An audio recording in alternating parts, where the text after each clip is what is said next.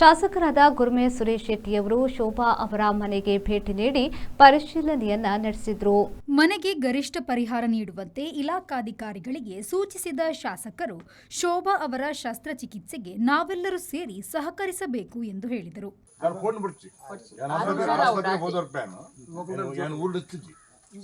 ಆಸ್ಪತ್ರೆ ಸುರೇಂದ್ರ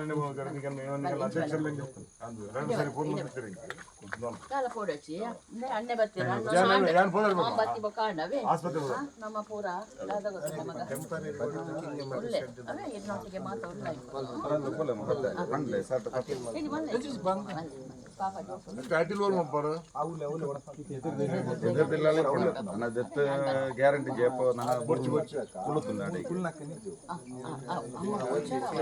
ಈ ಸಂದರ್ಭದಲ್ಲಿ ಕಾಪು ಮಂಡಲ ಬಿಜೆಪಿ ಅಧ್ಯಕ್ಷರಾದ ಜಿತೇಂದ್ರ ಶೆಟ್ಟಿ, ಜಿಲ್ಲಾ ಪಂಚಾಯತ್ ಮಾಜಿ ಸದಸ್ಯರಾದ ಗೀತಾಂಜಲಿ ಸುವರ್ಣ, ಬೆಳಪು ಗ್ರಾಮ ಪಂಚಾಯತ್ ಸದಸ್ಯರಾದ ಪ್ರಕಾಶ್ ಭಟ್, ಸುರೇಂದ್ರ ಪಣಿಯೂರು, ಶ್ರೀಧರ್ ಮಣಿಪುರ ಹಾಗೂ ಸ್ಥಳೀಯರು ಉಪಸ್ಥಿತರಿದ್ದರು.